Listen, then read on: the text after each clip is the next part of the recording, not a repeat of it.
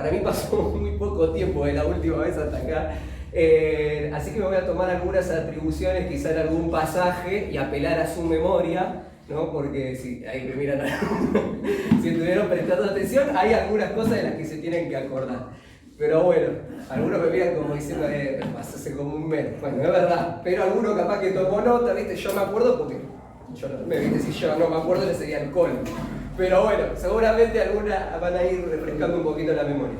Muy bien, venimos hablando acerca de Dios, ¿sí? Pero la última vez que habíamos hablado acerca de Dios, habíamos hablado de aquellos atributos de Dios que nosotros decimos que son relacionales, es decir, que el hombre los puede reproducir en su vida. Por ejemplo, Dios es amor y yo también puedo amar como Dios ama. La Biblia dice que yo puedo hacerlo.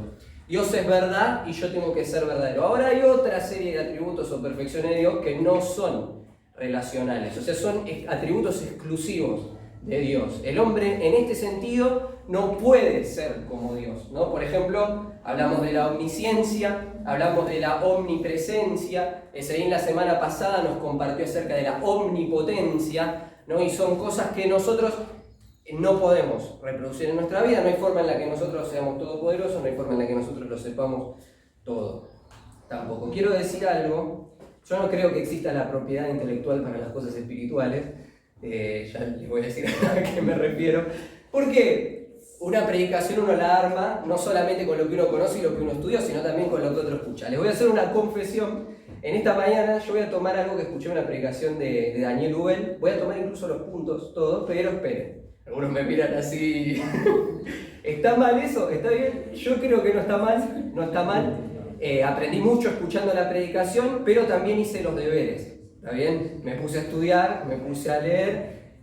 Así que si después ustedes lo llegan a encontrar en otro lugar y dicen, qué coincidencia con los puntos, que después no digan que lo estoy admitiendo y lo estoy confesando delante de ustedes. Pero de todas formas estoy seguro que va a ser de bendición, pero quería aclarar eso. Vamos a hablar hoy acerca de la inmutabilidad de Dios, ¿sí? Un Dios que no cambia. Vimos que Dios no podía hacer algunas cosas. Ezeín nos compartía la semana pasada un versículo que resume todo lo que Dios no puede hacer. Dice ahí en 1 Timoteo capítulo 2, versículo 13, que aunque fuéramos infieles, Él permanece ¿cómo? Fiel. ¿Por qué?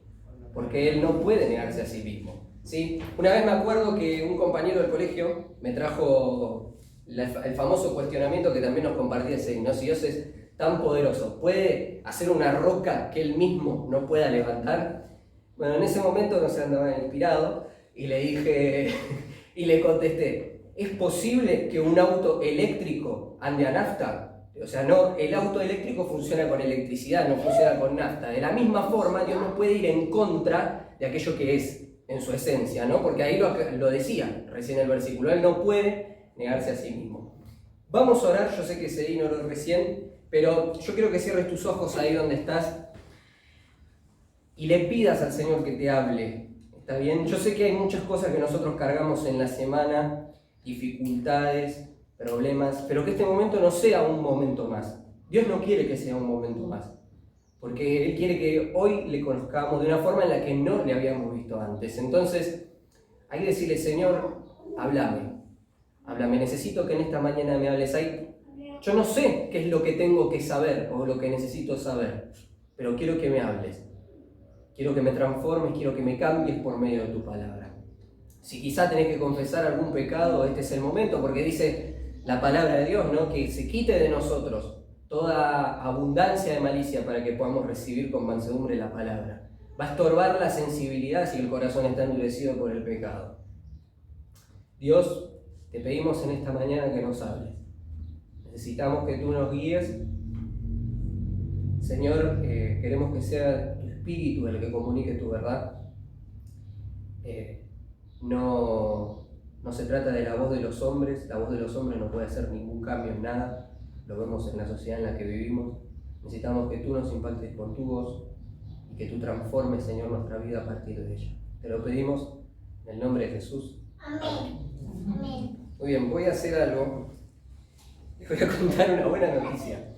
Cuando vamos a pensar en la inmutabilidad, en la Biblia no hay muchos versículos acerca de esto. Son muy poquitos, está re contento con que no haya muchos versículos, porque no vamos a ver tantos versículos como la última vez y yo voy a hacer todo lo posible para que esto sea más corto que la última vez. Entonces me puse aquí el cronómetro, lo voy a encender ahora en este momento, y vamos a estar estudiando acerca de esto que es la inmutabilidad de Dios. Quiero empezar, alguno quizá amante del folclore, a mí me encanta el folclore, conoce esta canción que popularizó Mercedes Sosa, dice, cambia lo superficial, cambia también lo profundo, dice, cambia el modo de pensar, cambia todo, dice en este mundo, cambia el clima con los años, cambia el pastor su rebaño, y así como todo cambia, que yo cambie no es extraño. Dice, cambia el más fino brillante, de mano en mano su brillo, cambia el nido el pajarillo, cambia el sentir un amante, cambia el rumbo el caminante, aunque esto le cueste daño, aunque esto le cause daño, y así como todo cambia, que yo cambie no es extraño, dice.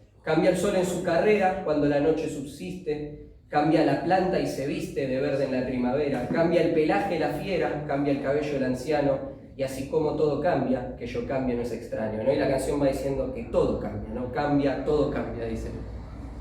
Esta canción fue escrita por un poeta chileno que se llama Julio Lundhauser, es más conocida obviamente la versión de Mercedes Sosa.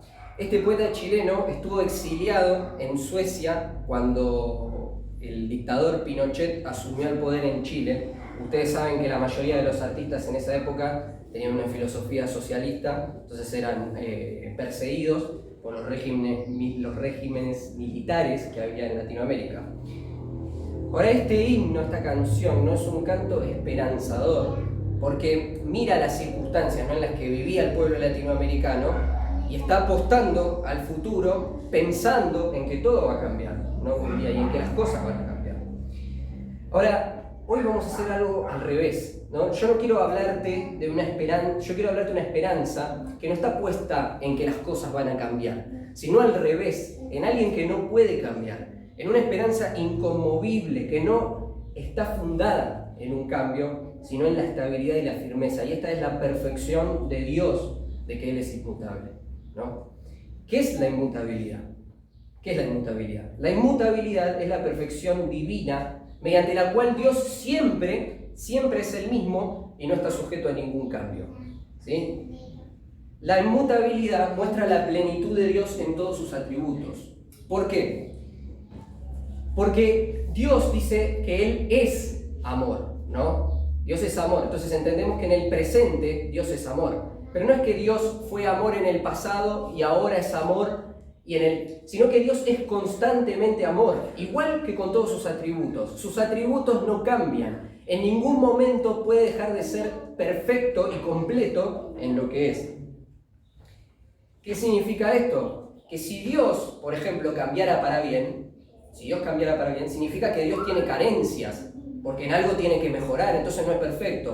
Y si Dios cambiara para mal, significa que no es perfecto, que nunca lo fue, porque cambia para mal, ¿se entiende? Entonces, por eso hice énfasis en esta palabra, ¿no?, que la inmutabilidad es una perfección de Dios. Ahora, nosotros sabemos, como decía la canción recién, que no hay nada que permanezca inalterable e incambiable en el tiempo, ¿no? Ahí en la Biblia nosotros podemos leer, por ejemplo, que Jacob dice que su suegro Alberto le cambió el salario 10 veces, ¿no? Se llamaba Alberto, ¿no? En la actualidad, paso puede ser, capaz que vivía en Argentina Jacob, ¿no? Porque el salario a nosotros nos cambia constantemente. Su suegro se llamaba May Malo, chicos, perdón, si no se rieron no importa, después lo vamos a corregir de otra manera. Pero bueno, a Labán le cambió a Jacob el salario un montón de veces, 10 veces dice que le cambió el salario. ¿Sabés qué me muestra esto? Que la economía cambia, ¿sí? Que la plata que hoy tenemos en el bolsillo mañana no la tenemos. La economía cambia, no solo cambia la economía. Algunos cambian de carrera, otros cambian de trabajo, algunos cambian de auto, otros cambian de casa, se mudan a otro lugar. Cambiamos de ropa, cambia la moda, cambian los presidentes, cambian los reyes, cambia la música, cambia el arte, cambia la cultura, cambia la forma de pensar, ¿no? Cambia nuestro cuerpo. La Biblia dice que el espíritu, el hombre interior se va renovando de día en día, pero el exterior se va desgastando. En fin, ¿no? Como decía la canción, que yo cambie no es extraño, porque todo cambia, todo cambia. Ahora, la Biblia compara la inmutabilidad de Dios, ¿sabes con qué? Con una roca que permanece. ¿Por qué con una roca? Claro, nosotros cuando vemos las montañas o vemos las rocas, a nosotros nos parece que esas cosas nunca van a cambiar, de hecho han permanecido así durante miles de años. Sin embargo, la erosión del agua, del viento, va haciendo que esa roca se desgaste, pero la impresión que nos da a nosotros es que no cambia. Por eso la Biblia nos da esta figura de Dios y nos habla de Él como una roca. Arthur Pink, un famoso teólogo, él escribió un libro que se llama Los atributos de Dios. Él decía que Dios es semper idem, en latín, que significa siempre el mismo, ¿no? Dios es siempre el mismo, permanece igual. Así que bueno, teniendo en cuenta esto, a modo de introducción, yo quiero que hoy veamos 4 bendiciones que se desprenden de la inmutabilidad de Dios. 4 bendiciones que se desprenden de la inmutabilidad de Dios. Vamos a ir a la Biblia, Malaquías capítulo 3, versículo 6.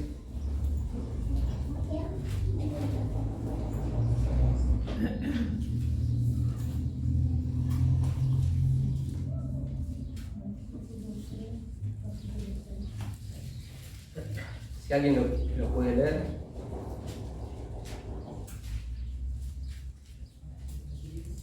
Porque yo, Jehová, no cambio, por en todo el tiempo habéis sido consumidos. Muy bien, dice, porque yo, Jehová, ¿qué? No, mucho silencio. Porque yo, Jehová, No cambio. muy bien, no cambio. Dice, por esto, hijos de Jacob, no habéis sido consumidos. La primera bendición de la que te quiero hablar es la bendición de la seguridad, ¿sí? La bendición de la seguridad. Mira, Dios no cambia, a pesar de que nosotros pequemos o caigamos, ¿sí? Ya lo vamos a profundizar. Mira, Malaquías es un libro que me gusta mucho. Malaquías es el último profeta antes de los 400 años de silencio. Ya hemos estudiado eso, quizá alguno se acuerda, si no después, no sé si quedó el video, está posteado, también lo pueden ir a ver. Pero yo te voy a dar algunas razones por las que creo que no hay otro libro entre Malaquías y Mateo, ¿sí? Pasaron 400 años, sin embargo yo pienso que no existe ningún otro texto, ni hubo ningún otro profeta en el medio, porque la situación en la que vivía el pueblo no cambió. Mira, te voy a dar 2 razones muy sencillas. Primero, Malaquías es el prólogo perfecto para la aparición del Mesías de Israel. No solo porque anuncia en este libro al Elías que va a venir a preparar el camino del Señor, sino también porque hace una radiografía precisa del corazón de los religiosos del tiempo de Jesús. Las personas a las que les está hablando el profeta son los padres de los fariseos, escribas y los religiosos que nosotros vemos en la época de Jesús. En el 1:6 dice, les habla a los sacerdotes y les dice Jehová de los ejércitos a vosotros, oh sacerdotes que menospreciáis mi nombre y decís, ¿en qué hemos menospreciado tu nombre? ¿Ves? Los hombres que nosotros vamos a ver en el Nuevo Testamento son los hijos de estos sacerdotes. Y no había cambiado demasiado el corazón del pueblo. ¿Sabes qué quiere decirme esto? Que en 400 años de silencio divino no pasó nada. No pasó nada. El tiempo no hizo nada. Los cambios generacionales no produjeron absolutamente nada.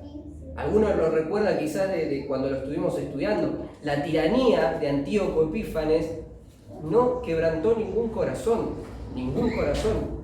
La revolución de los macabeos no produjo ningún cambio significativo en la vida de ese pueblo.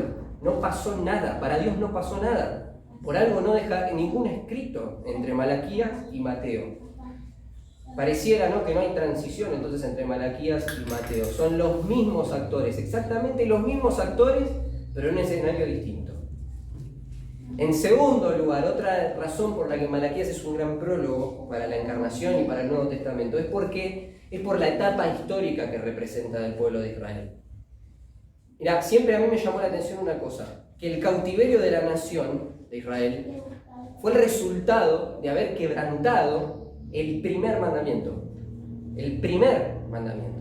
¿Sí? Malaquías es un profeta que se llama así, cuando lo estudiamos, post-exílico. ¿Qué significa esto? Que es un profeta que habló a Israel después del exilio. Algunos de ustedes saben que Israel tuvo que pagar la idolatría estando 70 años en cautiverio bajo los imperios de Babilonia y de Persia, y después volvieron a su tierra. Bueno, Malaquías es un profeta que les habla después del cautiverio, ¿sí?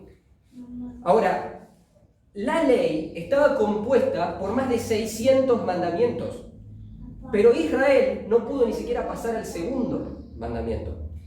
Ustedes recordarán en Éxodo 19, al pie de Sinaí, el pueblo se encontraba delante de la presencia de Dios. Vamos a ir a leerlo. En Éxodo capítulo 19, versículo 8.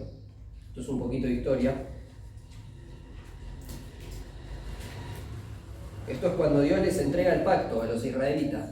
Y dice el versículo 8, y todo el pueblo respondió una, y dijeron, todo lo que Jehová ha dicho, haremos. Y Moisés refirió a Jehová las palabras del pueblo, ¿no? Dios los había puesto ahí frente a un compromiso, frente a una decisión de si iban a decidir obedecer o no las palabras de Dios para ser su pueblo escogido. Y el pueblo determinó que lo iba a hacer.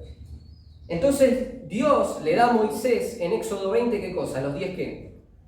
Los 10 mandamientos, una suerte de resumen de la ley de los judíos, ¿no? Y cuando él desciende del monte con los 10 mandamientos escritos en tablas, ¿qué es lo primero que ve y encuentra?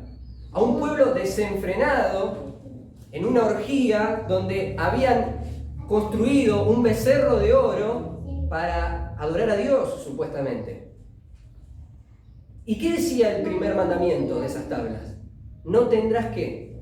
Dioses ajenos delante de mí. Y el segundo mandamiento que decía, no te harás imagen. Y el pueblo había quebrantado el primer mandamiento, que se había comprometido a cumplir, antes incluso de que Dios les entregara la ley. ¿Ven?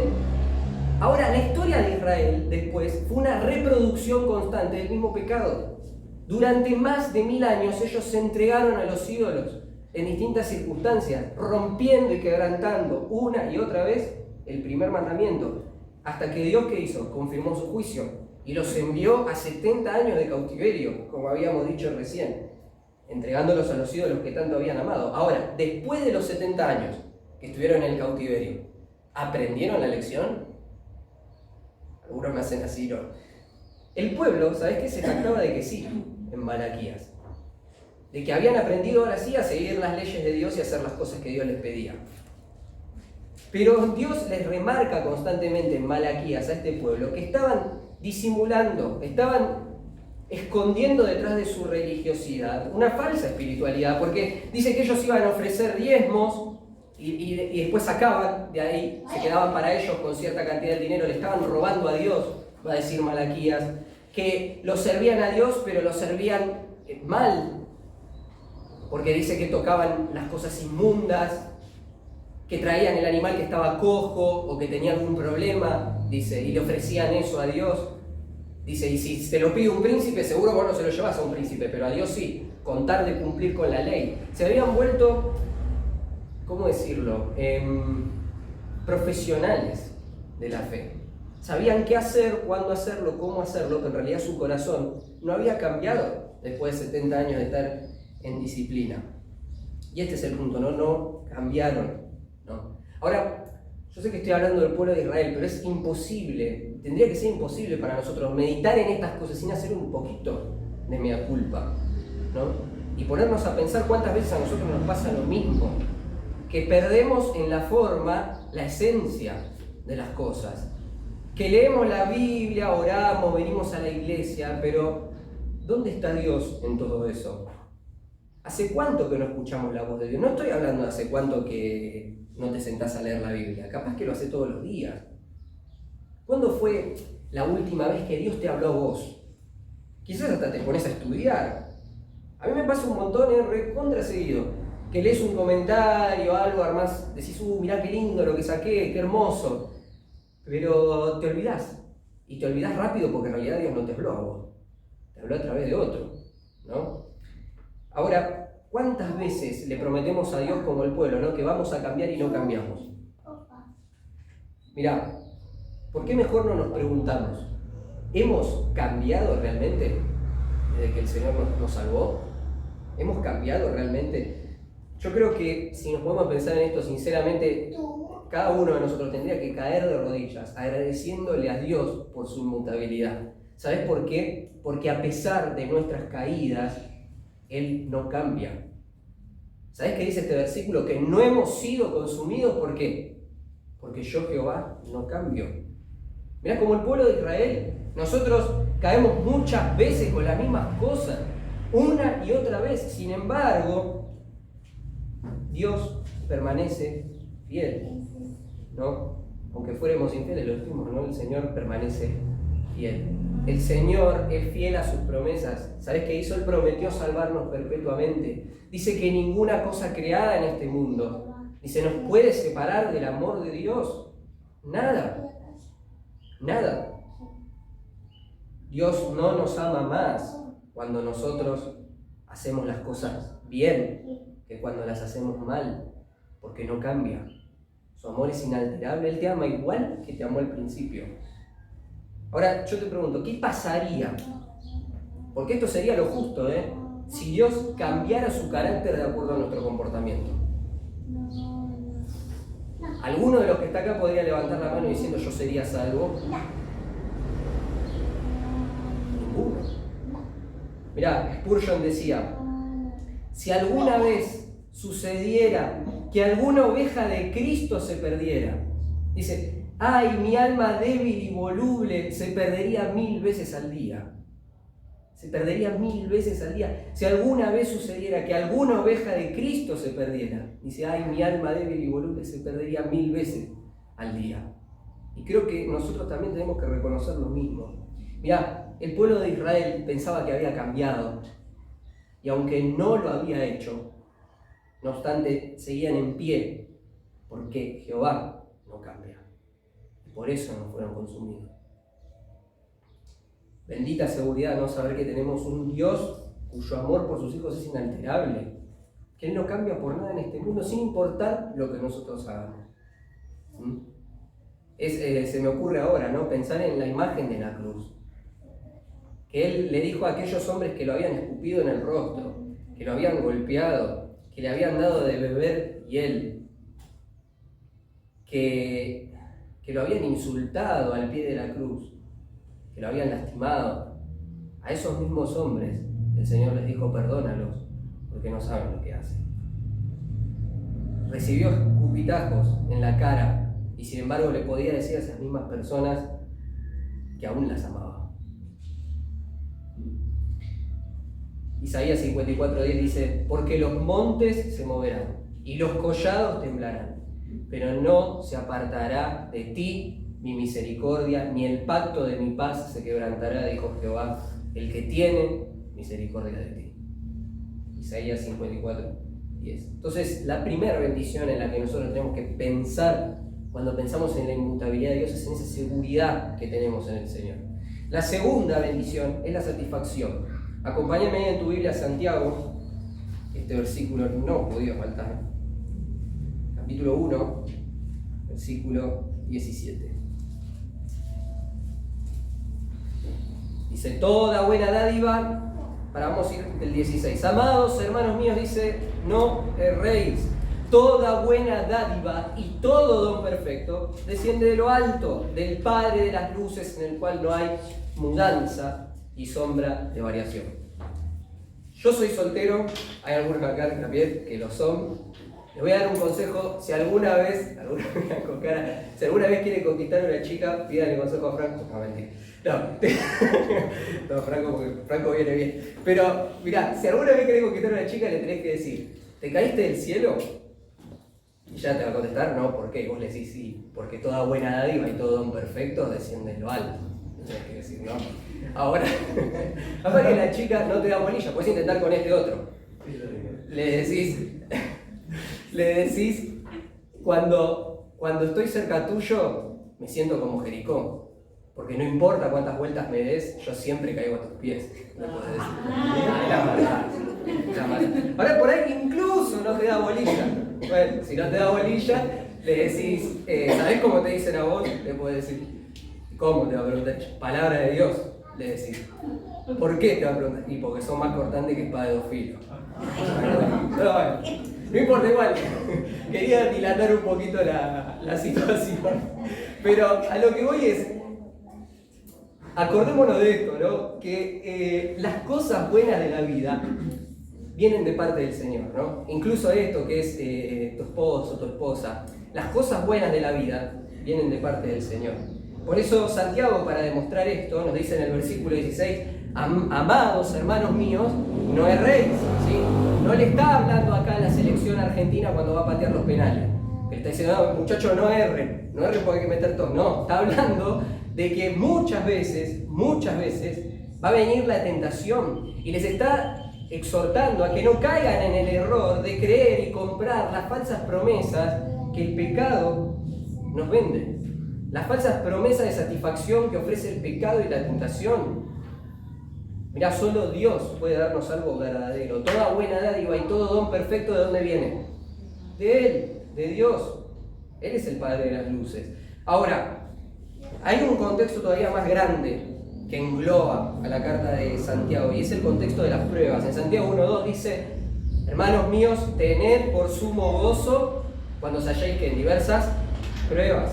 ¿Está bien? Santiago le está hablando a un grupo de creyentes que habían sido dispersados por su fe, por distintos lugares del mundo, habían salido huyendo porque los habían empezado a perseguir. Entonces estos cristianos habían perdido sus bienes, habían perdido su casa, habían perdido su dinero, habían perdido su trabajo, habían perdido la estabilidad. Todo había cambiado en la vida de estos creyentes, ¿sí? Y de repente, ¿no?, se encontraban en esta situación. Entonces Santiago les va a escribir para animarlos, para exhortarlos a que ellos permanezcan, ¿no?, en la fe. Ahora, el libro de Santiago es como una telaraña, donde se van a mencionar un montón de temas distintos. Pero en el centro de esa telaraña está este tema, que es el de las pruebas. Todo nos va a ir dirigiendo hacia esto que es las pruebas. Ahora, cuando uno está pasando por un momento de prueba, ¿no?, lo que usualmente pasa es que uno se empieza a sentir frustrado, ¿no? Porque nada sale como uno desea. A nadie le gusta sufrir y pasar por ese momento de dolor. Entonces está insatisfecho. Y la pregunta clásica es, ¿dónde está Dios en este momento? ¿O por qué me está pasando lo que me pasa? Ahora, estos momentos de la vida suelen ser los más propicios para la tentación. Esto y el éxito, ¿no? Porque son los momentos donde el enemigo se acerca sigilosamente, ¿no?, a nosotros, atrayendo y seduciendo la concupiscencia con un montón de ofrecimientos de malas dádivas en realidad y dones imperfectos. Vamos a ir a Mateo, fíjate en el capítulo 4, versículos 1 al 3. Es un pasaje muy interesante para ilustrar esto que les estoy diciendo. Dice, Mateo capítulo 4, entonces Jesús fue llevado por el Espíritu al desierto para ser tentado por el diablo. Y después de haber ayunado 40 días y 40 noches, tuvo hambre. Versículo 3, y vino a él el tentador. A ver, presta atención a esto. No antes, no después. Jesús había pasado 40 días y 40 noches haciendo ayuno, sin sentir hasta ese momento ninguna necesidad. Pero fíjate lo que dice la Biblia. Tuvo hambre y entonces ¿qué pasó? Vino a él el tentador. ¿Está bien? Ahora, lo que quiero que nos quede claro, y es lo que Santiago va a querer acá que nos quede claro, es que no es Dios el que nos pone en esta condición de la tentación. Porque cuando alguno es tentado, dice el versículo 13 de este mismo capítulo, no diga que es tentado de parte de Dios. ¿Por qué? Porque Dios no puede ser tentado por el mal, ni Él tienta a nadie, sino que cada uno de su propia concupiscencia es atraído y seducido. No es Dios el que tienta, ¿sí? Ahora alguno puede decir, bueno, pero fue el Espíritu el que lo llevó a Jesús al desierto, pero no fue el Espíritu el que lo tentó, ¿no? Fue el diablo el que tentó al Señor. El diablo es ese oportunista, ¿no? Es nuestro corazón engañoso y nuestra carne que es débil, la que nos lleva a pecar. Ahora, alguno todavía puede echarle la culpa a Dios y decir, pero si Dios no quería que pecara, no me hubiera puesto en esta prueba difícil, ¿no? Yo no puedo aguantar más de esta manera. Ahora, indirectamente, cuando hacemos eso, lo que estamos haciendo es culpar a Dios por nuestro pecado. Mirá, ¿sabes lo que me va a decir este versículo? Que el problema no lo tiene Dios. El problema lo tenemos nosotros. Santiago 1:8 dice que el hombre de doble ánimo, ¿qué es? Inconstante en todos sus caminos. No es Dios el que cambia, somos nosotros los que cambiamos. Que un día hacemos las cosas bien y que al otro las hacemos mal. Pero Dios no es así. Él no te ama un día y al otro te pone en un aprieto, tentándote. No. Mirá, como dice acá, armado, hermano mío, no te confundas. Lo bueno y lo perfecto viene de Dios. Viene de Dios, no la tentación. No todas esas ofertas malintencionadas. Si yo quiero venderte algo, ofrecerte algo, ¿no? ¿Yo voy a seducirte y atraerte para vendértelo? No voy a tener que con palabras mostrarte cómo eso es. Sino con el simple hecho de que vos puedas probarlo o verlo, lo vas a comprar. Bueno, el diablo es así. Si ya ves que para conseguirlo hay que ir por un camino de ir repensando las cosas y cambiar todos los conceptos para poder hacerlo frente a la tentación, es porque no está bien. No está bien. Porque si eso fuera verdaderamente bueno, no hay necesidad de hacer todo ese cambio de paradigma o de la cabeza para poder aceptarlo.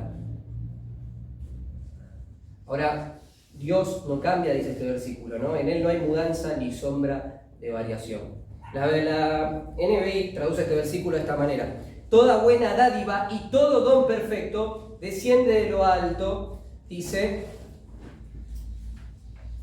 donde está el Padre que creó las lumbreras celestes. Dice que no cambia como los astros ni se mueve como las sombras. Ahora, fíjate que esta versión hay claras referencias al espacio, ¿no? A la astronomía en el pasaje. Mudanza, esta palabra mudanza, es la palabra, sería mejor traducida al español como la palabra paralaje. Ahora, yo no había escuchado esta palabra hasta preparar este estudio y probablemente vos no la hayas escuchado porque es un término astronómico, ¿no?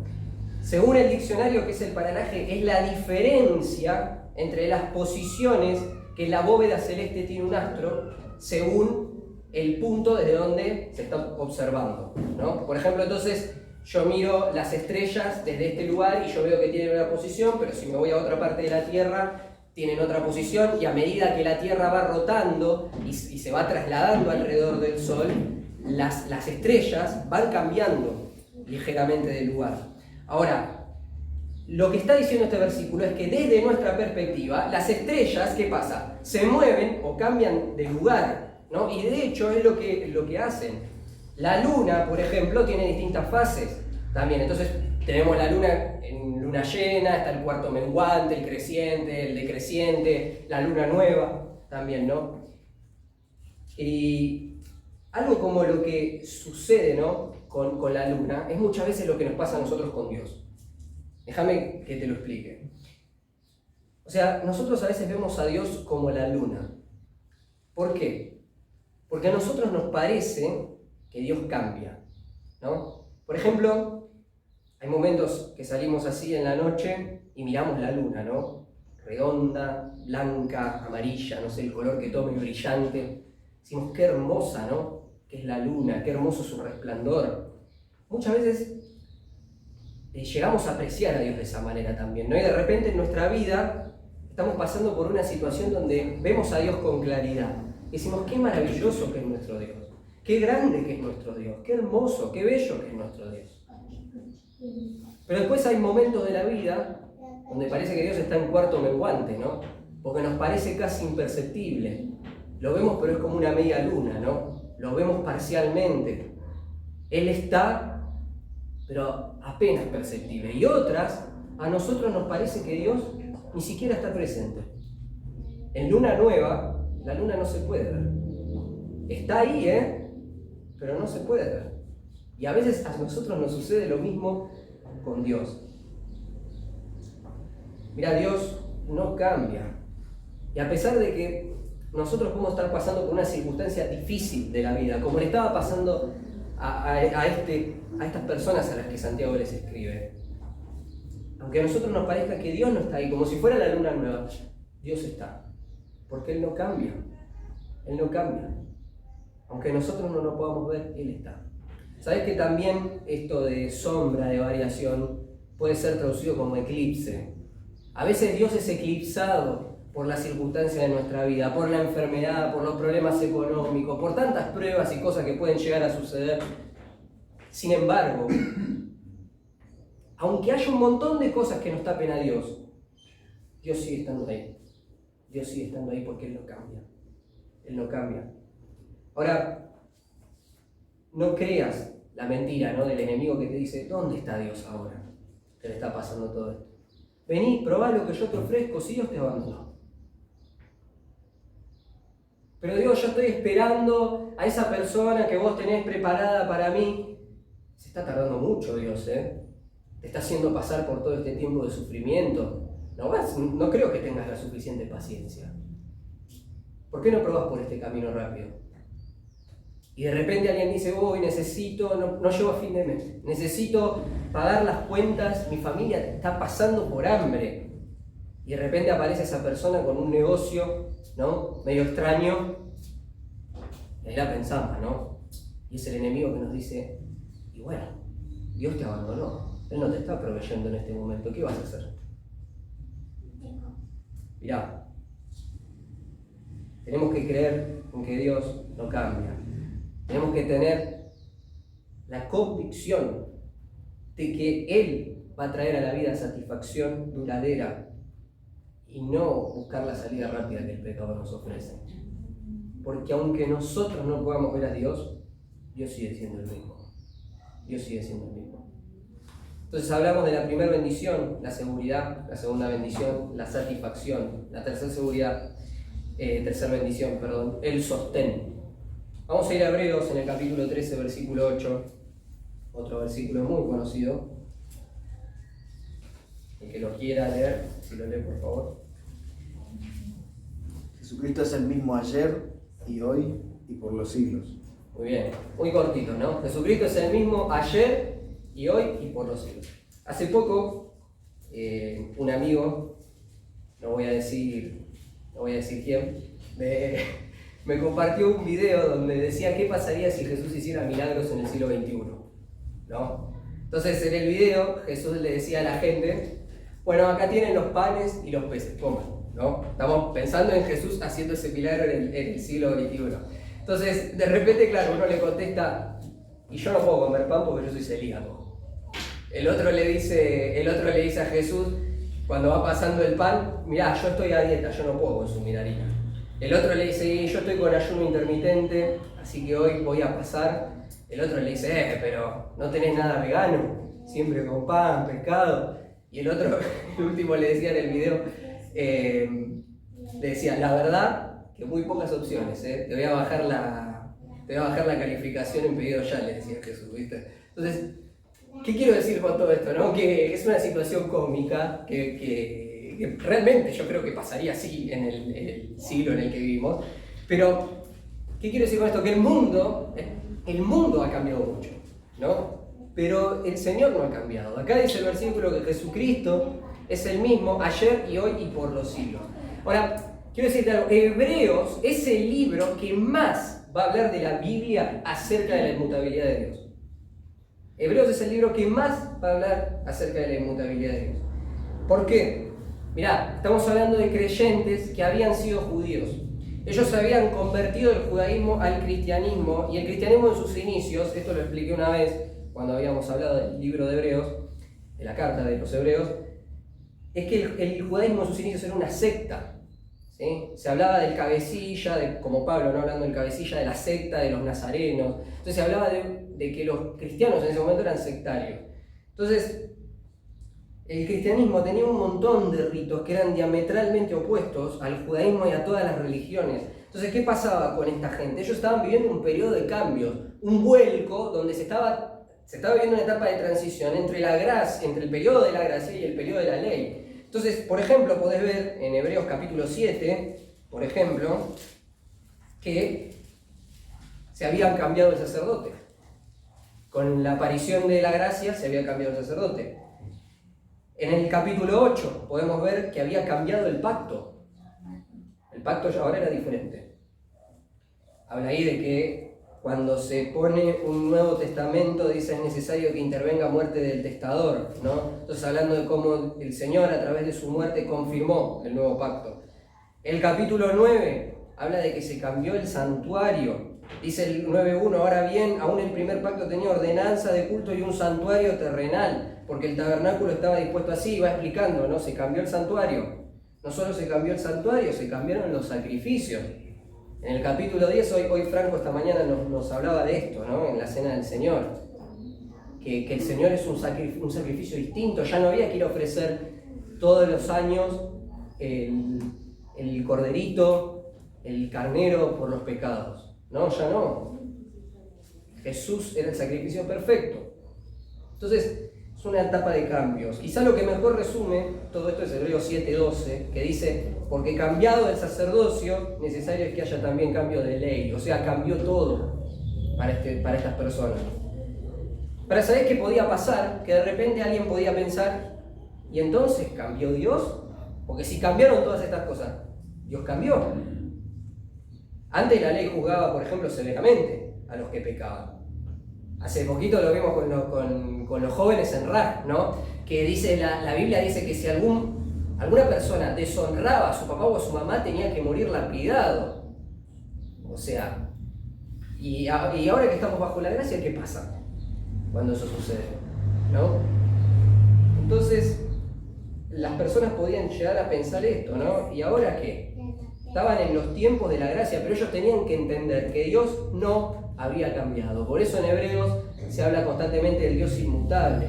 Por ejemplo, en Hebreos, en el capítulo 11, se nos advierte, creo que es el versículo 28 en adelante, dice, se nos advierte, ¿no?, que el que viola la ley de Moisés, por el testimonio de 2 o 3 testigos, dice que tenía que morir irremisiblemente. Pero para el autor de Hebreos, para que sepamos que Dios no ha cambiado, nos dice, si el que violaba la ley de Moisés, por el testimonio de 2 o 3 testigos, moría, sin que haya posibilidad de que se salve de esa sentencia y de esa condena, ¿cuánto mayor castigo, dice, piensan ustedes que merecerá el que pisotea al Hijo de Dios y tiene por inmunda la sangre del pacto en la cual fue santificado y hace afrenta al Espíritu de gracia?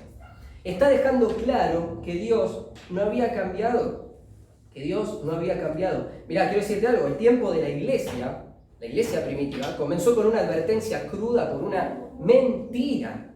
Ananías y Zafira murieron, estamos hablando de Hechos capítulo 5, Ananías y Zafira murieron por una mentira. ¿Sabés qué estaba mostrando Dios a la iglesia? Que su carácter no había cambiado. Y yo quiero que esto nos quede claro, que es válido tanto para las bendiciones de Dios como para sus amenazas. Pink dice en el mismo libro que él compara la inmutabilidad de Dios, dice, con la columna que acompañaba a los israelitas en el desierto, que de noche era fuego y de día era una nube, ¿no? Porque tiene como esta doble característica, de que así como la inmutabilidad de Dios significa para mí una bendición y una seguridad de que el Señor no cambia a pesar de quien yo soy, también tiene que significar que el Señor no se retracta en sus sentencias, ni cambia lo que Él ha determinado.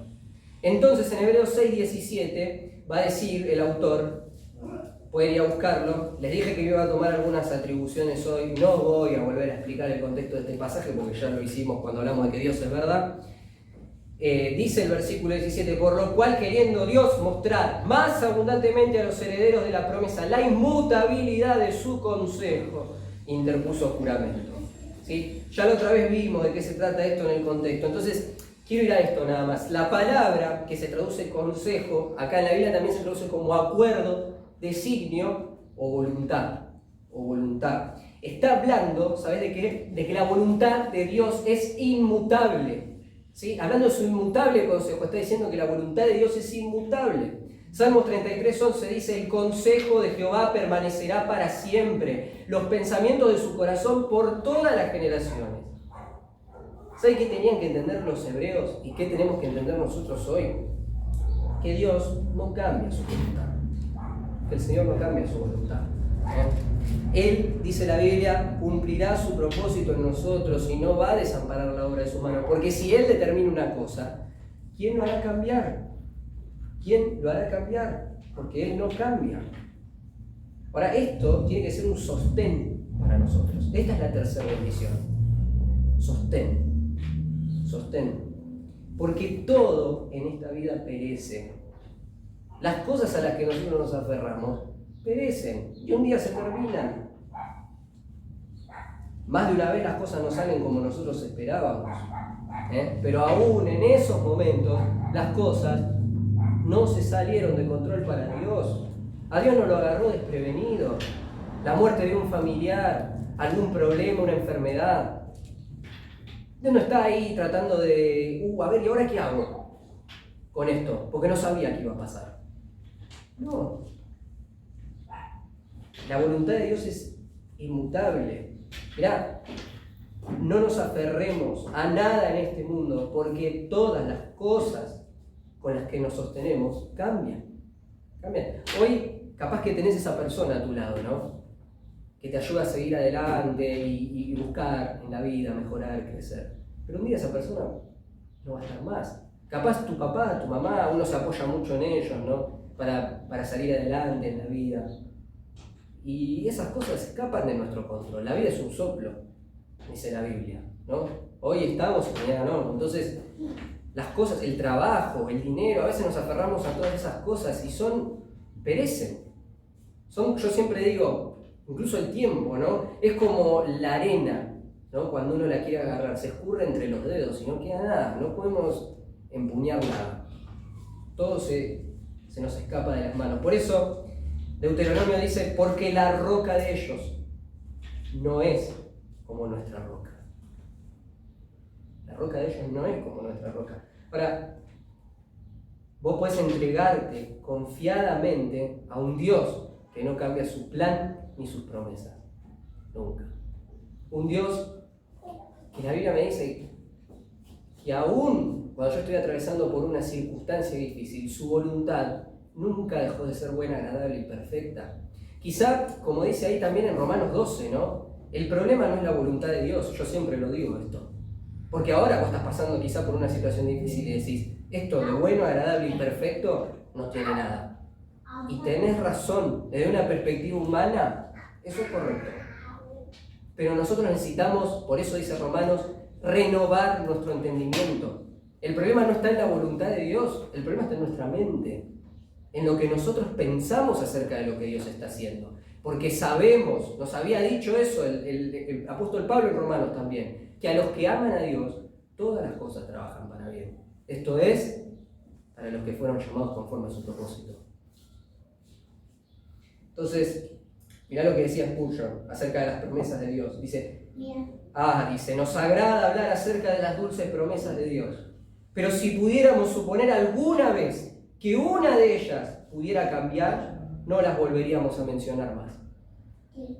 Si yo pensara que los cheques del Banco de Inglaterra no se pudieran cambiar la semana entrante, no aceptaría recibir un cheque. Y si yo pensara que las promesas de Dios no se van a cumplir, si yo pensara que Dios no tendría ningún problema en alterar alguna palabra de sus promesas, entonces adiós a las Escrituras, dice, yo necesito cosas inmutables, dice Spurgeon. Ahora, yo pregunto, ¿cómo podríamos confiar en Dios si Él cambiara cada instante? ¿Cómo podríamos confiar en Dios si Él cambiara cada instante? ¿Ves que es necesario que Dios sea inmutable? Ahora, Dios no cambia, y esto tiene que ser un sostén para nosotros.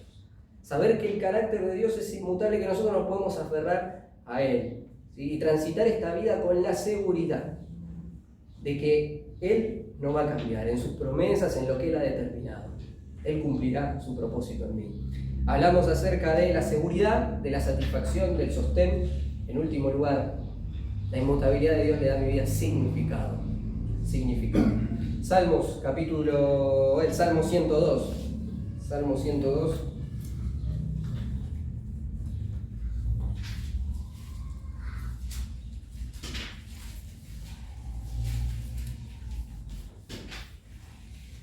Dice el versículo 26 al 27. Ellos perecerán, hablando de los cielos, mas tú permanecerás. Y todos ellos como una vestidura se envejecerán, como un vestido los mudarás y serán mudados. Pero tú eres el mismo, y tus años no se acabarán. Pero tú eres el mismo, dice el Señor. Bueno, dijimos al principio, ¿no? Todo en la vida, ¿qué pasa? Cambia, ¿no? La vida es un proceso de cambios, que culminan ¿con qué? Con la muerte. Ahora, este pasaje también es citado en Hebreos, en el capítulo 1. El salmista está pasando por un momento de profunda angustia. Dice en el título del Salmo, no el que le da la Reina Valera, sino el del salmista, dice oración del que sufre, ¿no? Cuando está angustiado. Ahora, ¿qué pasa acá? Lo que está sucediendo es que el dolor, ¿no? El dolor particularmente, nos envuelve a nosotros con una sensación de claridad. Generalmente cuando pasamos por momentos de dificultad es donde tenemos bastante claridad acerca de las cosas de la vida.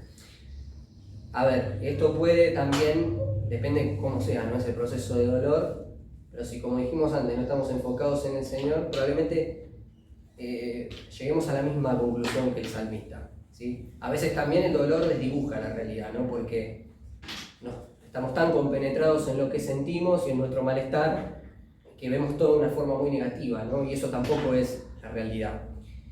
Pero generalmente el dolor nos envuelve con una sensación de claridad acerca de lo fugaz que es la vida, ¿no? Nos damos cuenta de qué rápido que pasan los tiempos de éxito y de bonanza, ¿no? De qué rápido que pasa la buena salud, por ejemplo, porque de repente estamos pasando por una situación de enfermedad.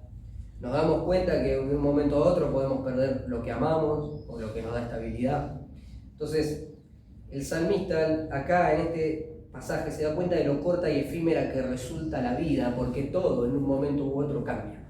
Entonces él va a decir, por ejemplo en el versículo 3, porque mis días, dice, se han consumido como humo. Dice en los versículos 11 al 12, mis días son como la sombra que se va, mas tú, Jehová, permanecerás para siempre y tu memoria de generación en generación.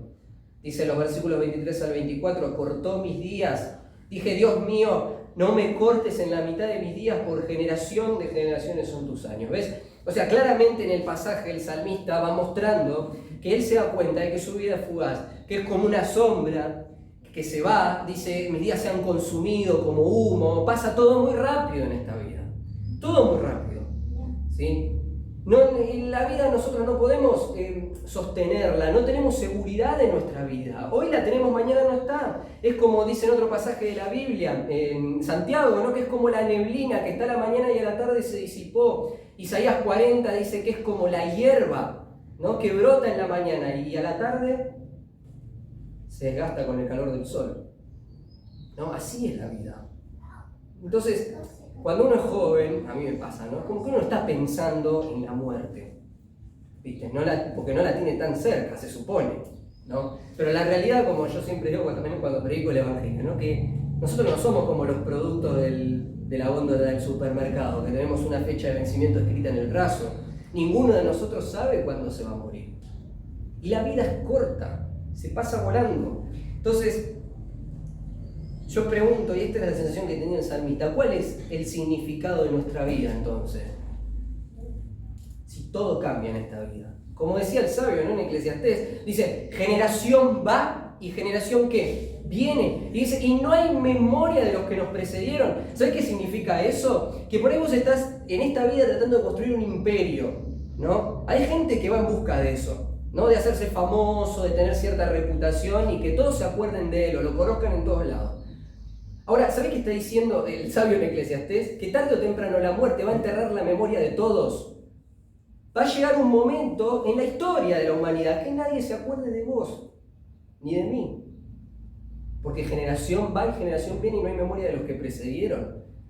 Entonces, ¿qué significado, qué sentido tiene la vida? Mirá, ni aún los cielos, dice acá el salmista en el pasaje que acabamos de leer. Y no hay cosa en serio en esta vida que nos parezca más inmutable que los cielos, porque han estado desde el día 1 en que nacimos. Cuando abrimos nuestros ojos en este mundo, el cielo sigue estando igual. No ha cambiado en nada. El sol sigue saliendo todos los días y la luna poniéndose en la noche. El cielo a nosotros nos parece inmutable, que nunca va a cambiar, pero incluso el cielo, dice acá, perecerá. Dice en Pedro, ¿no? Encendiéndose, dice, serán deshechos y los elementos siendo quemados se fundirán. O sea, nada en este mundo, ni siquiera el cielo, permanecerá. Ahora, ¿qué sentido tiene la vida si es tan efímera? Mira, quiero decirte que el Dios inmutable llena nuestra vida de significado. ¿Sabes por qué? Porque a pesar de que nosotros somos como la sombra, o como el humo, o como la neblina, o como la flor de la hierba, el Señor nos amó. Decidió entrar en esta fracción limitada de tiempo, hacerse hombre y morir. Por vos y morir por mí. Y Dios nos salvó porque hay algo más allá. Porque Él dice, ¿no?, que el que hace la voluntad de Dios, ¿qué pasa? Permanece para siempre.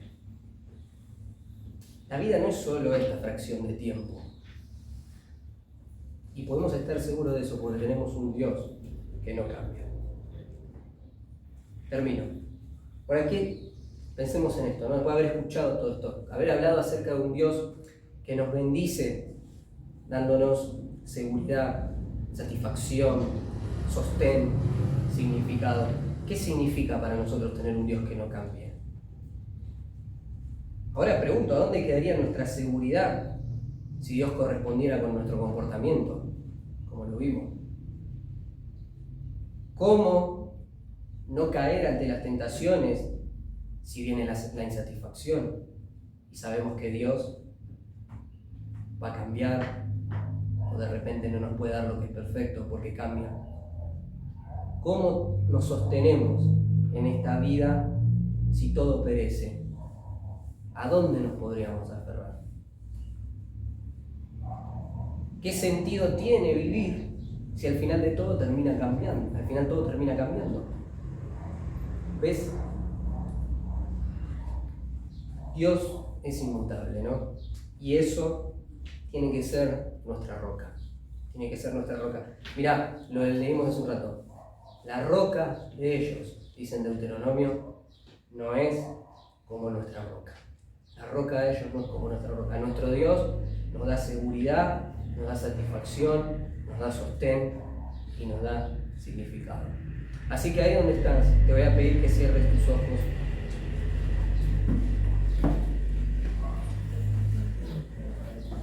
Quizás estás atravesando un tiempo difícil en tu vida. Tal vez, como dijimos al principio, un tiempo de caídas, de errores. Y que puedas sentir, ¿no?, en esta hora la misericordia de Dios. Como una vez se acercó aquel leproso, ¿no?, que nadie quería tocarlo, que con tanta indignidad le dijo al Señor: si quieres, puedes limpiarme. Y el Señor, sin ofenderse, sino mostrando todo su amor, le dijo: quiero, sé limpio. Quizás esa es tu situación en esta mañana. Tal vez estás siendo tentado. El diablo está trayendo sus ofertas justo en el momento oportuno. Y de repente uno dice: y estoy pasando por esta situación tan difícil, ¿qué voy a hacer? Y uno quiere aceptar, ¿no? Quizás tenés que decirle a Dios: ayúdame a confiar en que tú tienes lo mejor para mí, en que tú verdaderamente puedes satisfacerme. Quizás has sufrido esos embates de la vida, ¿no?, que nos desequilibran. De repente sentimos que nos caemos, porque aquello de lo que nos aferrábamos, aquello que era nuestro sostén, ya no está. Pero en Dios tenemos seguridad. O tal vez has sentido lo que a muchos jóvenes y a muchas personas en la vida les pasa, como le pasó a Jacob cuando se encontró delante de los egipcios Él dijo, pocos y malos han sido los años de mi vida, ¿no? Recorriendo, mirando hacia atrás en la perspectiva de lo que había vivido y sintiendo en su corazón la desilusión de no haber vivido como quería. Tal vez es esa sensación de vacío, de que la vida no tiene significado ni propósito. Decirle, Dios, yo sé que me amás. Y que a pesar de que tengo una vida tan efímera y tan corta, tú diste todo por mí. Señor, estamos agradecidos en esta mañana por tu bondad, por haberte revelado a través de la palabra de una forma en la que nosotros podemos comprender. Porque, y perdón, Señor, también porque nosotros cuando leemos no entendemos por lo general la profundidad de quién tú eres. Y nos quedamos en la superficie. Y eso nos trae mucho malestar a nuestra vida. Porque de repente nos encontramos con situaciones donde hemos caído y queremos llegar arreglando las cosas. También nos pasa que nos sentimos insatisfechos y queremos aceptar las ofertas que el enemigo nos hace. Nos pasa que perdemos el sostén y nos desconsolamos sin saber a dónde aferrarnos. Nos pasa que sentimos ese vacío,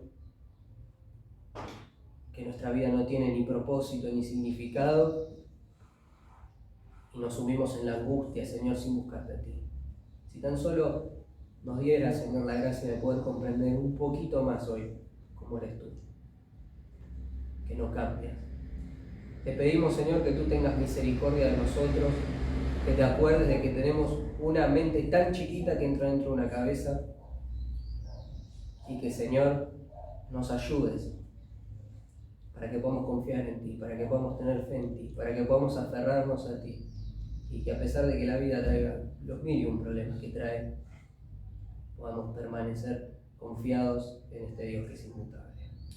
Te agradecemos estas cosas, te agradecemos por tu Hijo Jesús, en el nombre, en su nombre. Amén. Amén.